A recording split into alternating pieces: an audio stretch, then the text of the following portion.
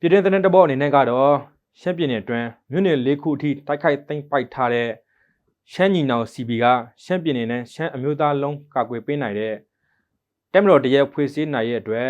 အခြေခံမူတွေကိုရှာမဲ့ခဲ့တယ်လို့သတင်းရရှိပါတယ်။ဧပြီလ26ရက်နေ့ကနေ29ရက်နေ့အထိလွှဲမြောက်နေမယ့်နေရာတစ်ခုမှာ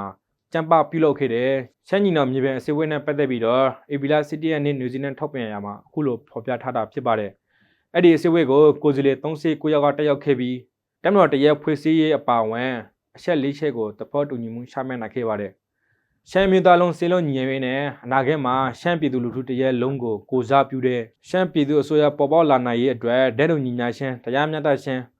ကိုကကမာကိုဖန်တီးနိုင်ရှင်စတာတွေကိုဆက်လက်အကောက်တွေဖော်ဆောင်ရွက်ဖို့သဘောတူညီခဲ့ကြတယ်လို့သိရပါတယ်။ရှမ်းညီနောင် CB ဟာရှမ်းပြည်နယ်ထိကမွန်တဲမတူပြီးကမ်ပါလင်းနဲ့ဖလန်တို့ကိုတိုက်ခိုက်သိမ်းပိုက်ထားပါတယ်ခင်ဗျာ။